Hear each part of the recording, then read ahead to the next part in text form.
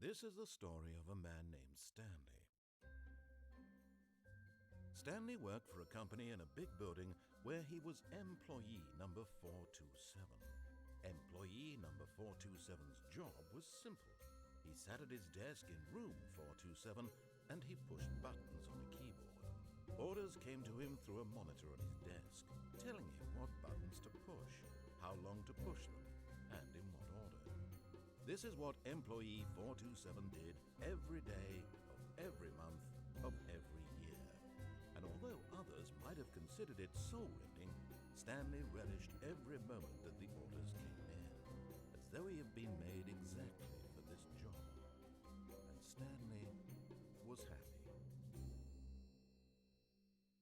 And then one day, something very peculiar happened. Something that would forever change Stanley. Something he would never quite forget. He had been at his desk for nearly an hour when he realized that not one single order had arrived on the monitor for him to follow. No one had showed up to give him instructions, call a meeting, or even say hi. Never in all his years at the company had this happened, this complete isolation. Something was very clearly wrong. Shocked, frozen solid, Stanley found himself unable to move for the longest time. But as he came to his wits and regained his senses, he got up from his desk and stepped out of his office.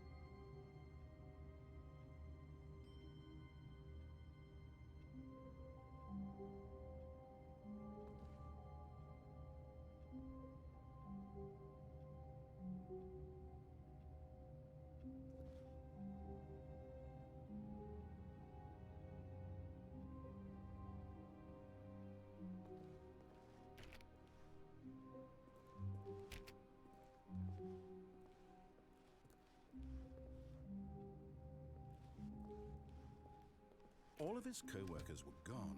What could it mean? Stanley decided to go to the meeting room. Perhaps he had simply missed a memo.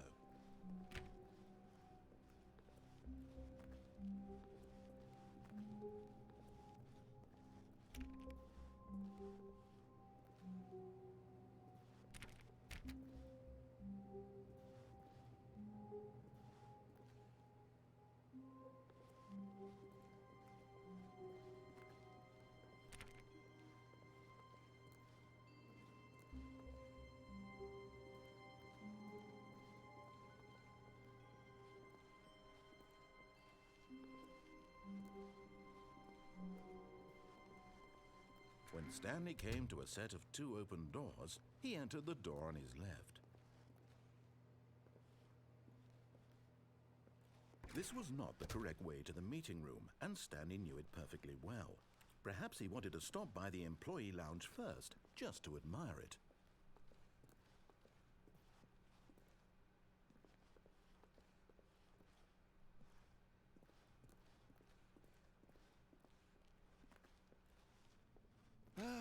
Yes, truly a room worth admiring.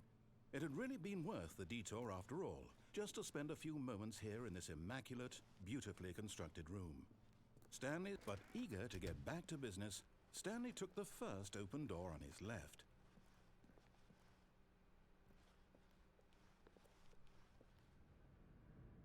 Stanley was so bad at following directions, it's incredible he wasn't fired years ago.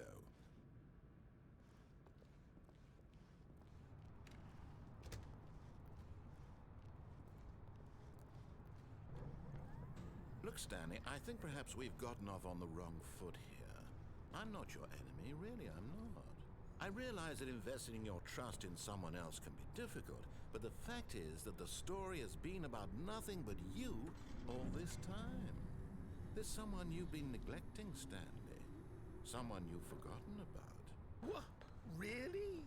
I was in the middle of something. Do you have zero consideration for others? Are you that convinced that I want something bad to happen to you? Why, I don't know how to convince you of this, but I really do want to help you, to show you something beautiful.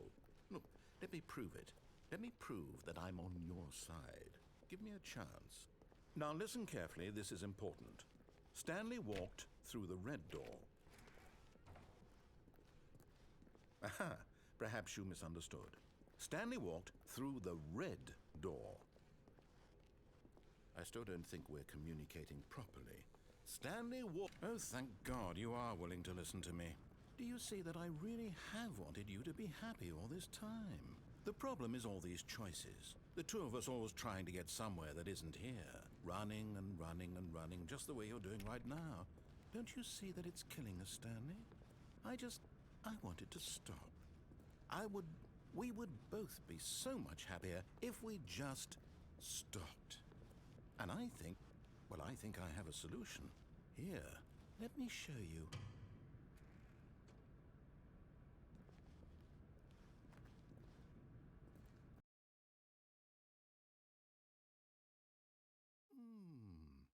What do we want? What are we looking for?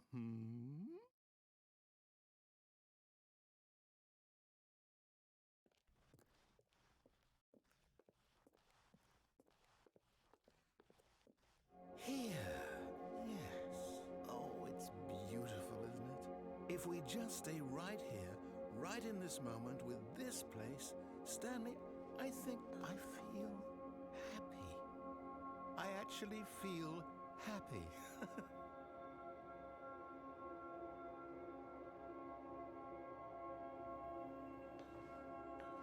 No, wait. Where are you going? Oh, no.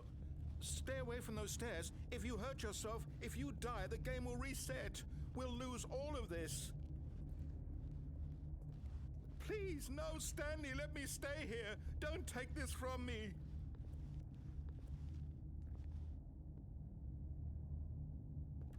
No! Oh, thank God. No, what are you doing, Stanley? Please, I'm asking you not to take this away from me. I can't go back to what I was before. If you die, we'll both go back. Why are you doing this?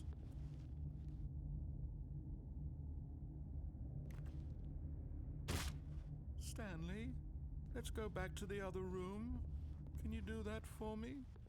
Yes, perhaps you can. Perhaps you finally see what I'm talking about. I know you'll see that we can't be happy if we leave this place. You can see that, can't you?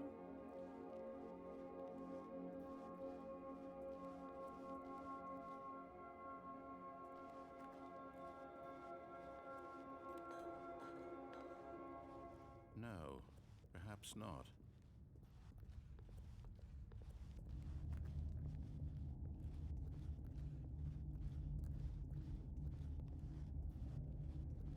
My God, is this really how much you dislike my game? That you'll throw yourself from this platform over and over to be rid of it? You were literally willing to kill yourself to keep me from being happy. Am I reading the situation correctly?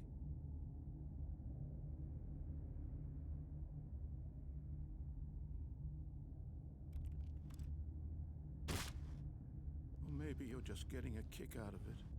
I don't know anymore. I just wanted us to get along. But I guess that was too much to ask.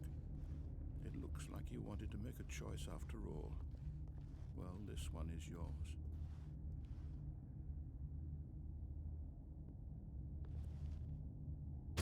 Is it over?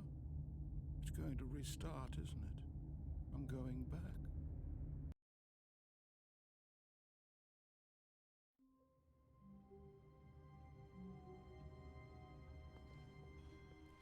All of his co-workers were gone. What could it mean? Stanley decided to go to the meeting room. Perhaps he had simply missed a memo.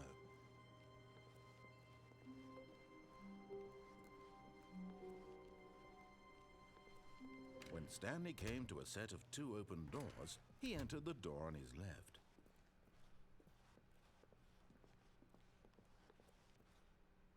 Yet there was not a single person here either. Feeling a wave of disbelief, Stanley decided to go up to his boss's office, hoping he might find an answer there.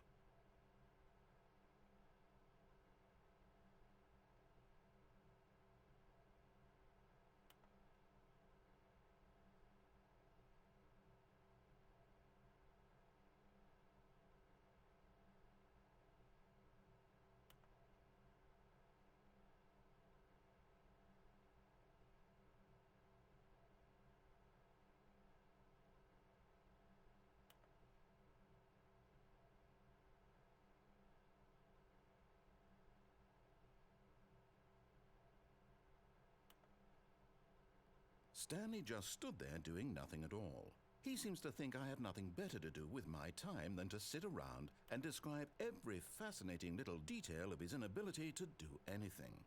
This is why Stanley and I are on such good terms.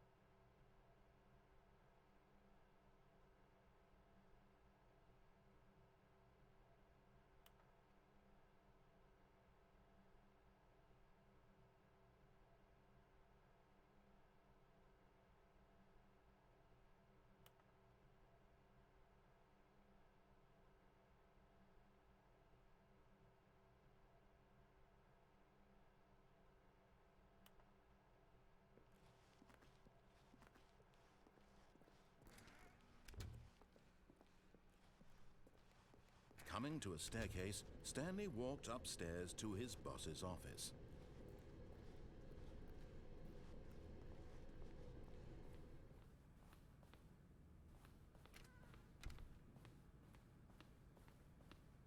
Stepping into his manager's office, Stanley was once again stunned to discover not an indication of any human life. Shocked, unraveled, Stanley wondered in disbelief who orchestrated this. What dark secret was being held from him? What he could not have known was that the keypad behind the boss's desk guarded the terrible truth that his boss had been keeping from him. And so the boss had assigned it an extra secret PIN number, 2845. But of course, Stanley couldn't possibly have known this.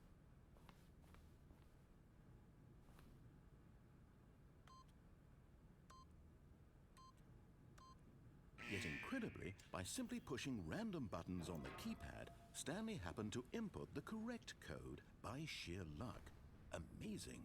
He stepped into the newly opened passageway.